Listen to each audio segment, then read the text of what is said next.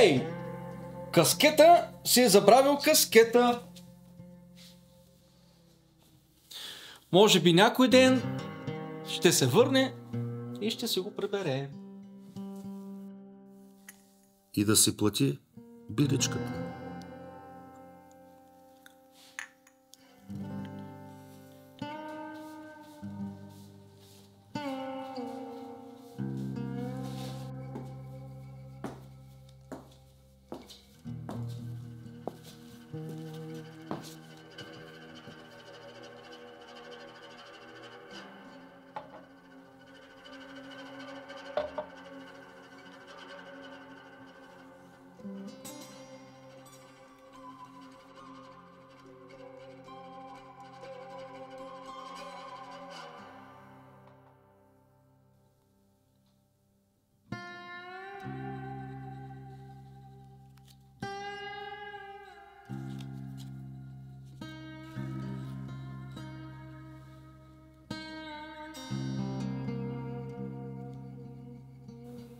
Това е вашият последен шанс да си изиграете картите правилно, господин художнико.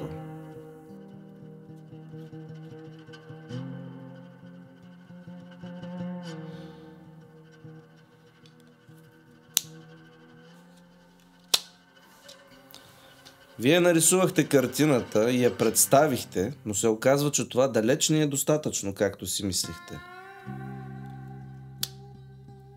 Впоследствие бе открадната и то пред очите ви и само и единствено благодарение на журналист Георгиев и неговата статия във вестника, картината стана известна.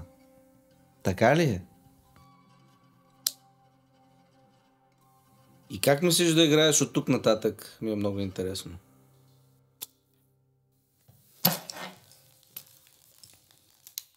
Вие сте един престъпник.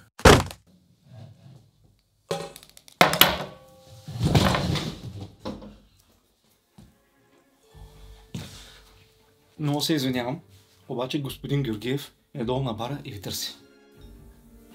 Този няма да ни трябва повече. Изхвърля го навън. Айде, стави тарикат! Играта свърши!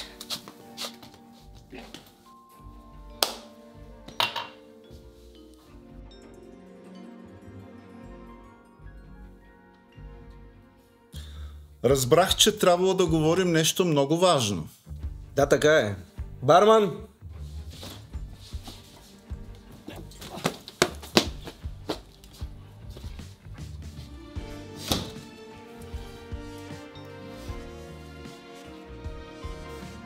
Извади картината от склада.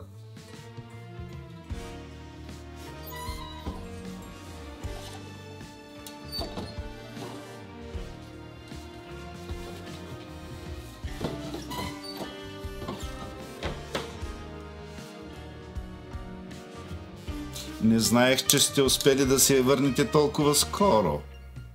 Естествено. Откупих я за скромна сума от един скромен крадец.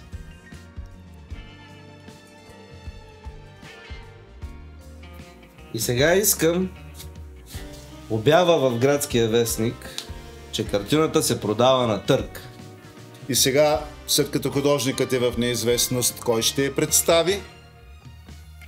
Скромният крадец е запознат с абстрактното изкуство.